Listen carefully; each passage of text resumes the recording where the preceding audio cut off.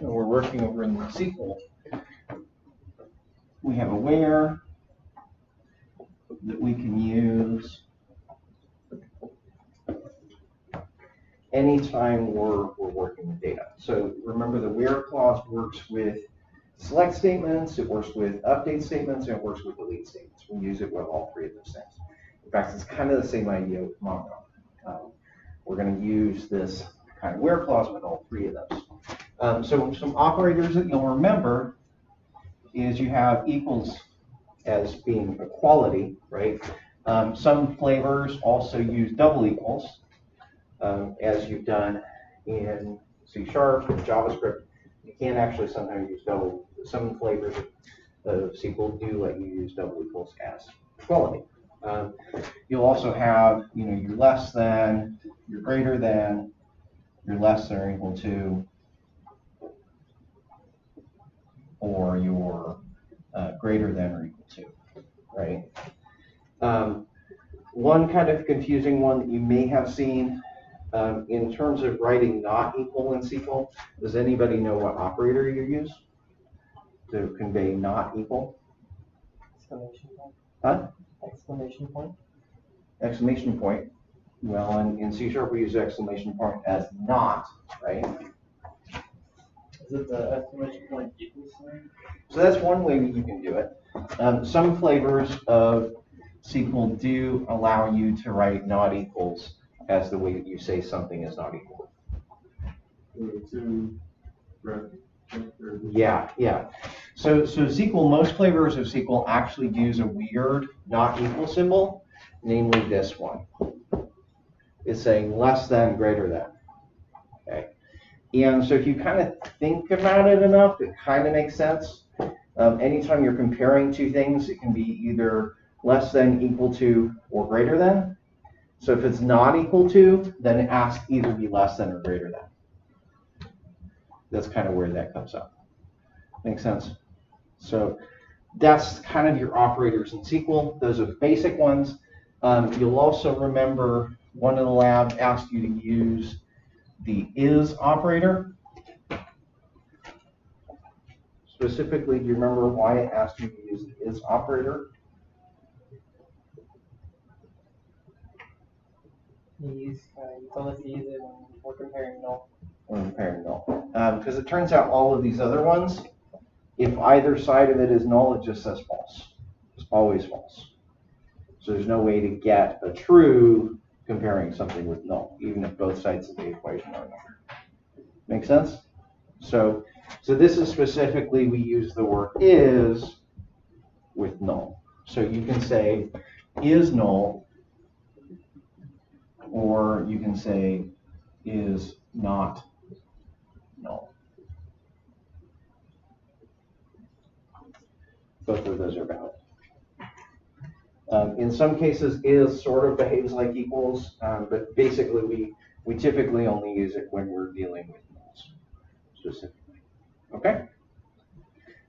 So you have those operators. Another operator that you're going to see, and you probably covered a little bit in the C# class, is the like operator. Okay, does anybody remember what the like operator does off the top of their head? Is it for the pattern? Sort of pattern matching kind of thing? Yeah. Yeah, so that's kind of what it is. It is for some sort of pattern matching. It's not as sophisticated as, say, a regular expression. In fact, it kind of predates regular expressions being popular. So what it allows you to do is use two special characters, the percent sign or the question mark. Okay, the question mark represents a single character. You don't know what the character is, and the percent represents anything from 0 to infinite number of characters that you don't know what they are. So it says this is a sequence of characters, or this is a single character. So, for instance, if I needed to match the strings A1, A2, A3, I could say, well, this is like, maybe this is some sort of ID. I could say like ID, or no, I'm doing this backwards. It's ID. ID like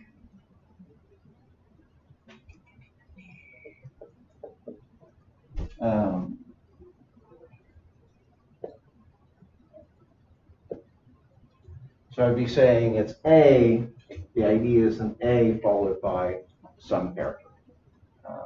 And so that would allow that. It would also allow things like AB, because that's a character as well, not restricting it to numbers.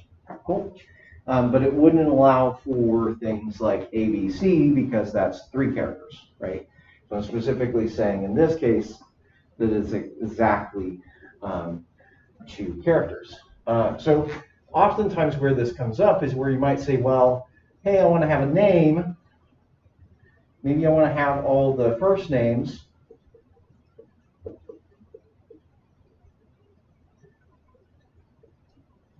that start with a letter. So I might say like J%.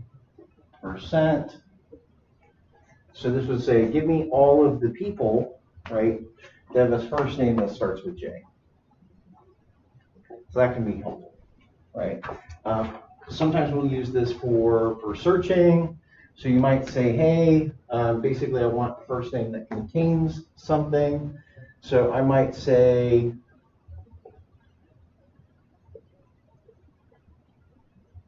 or actually maybe the body of, maybe a title of an article.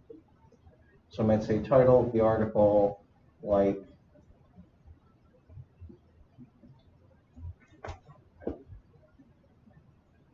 percent, maybe Java.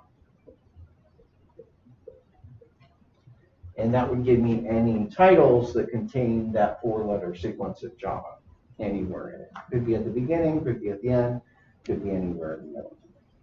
Cool. So those are kind of the operators that we have in the SQL world. That's basically the extent of it. There's a between operator as well, but those are the main ones that we kind of need to understand.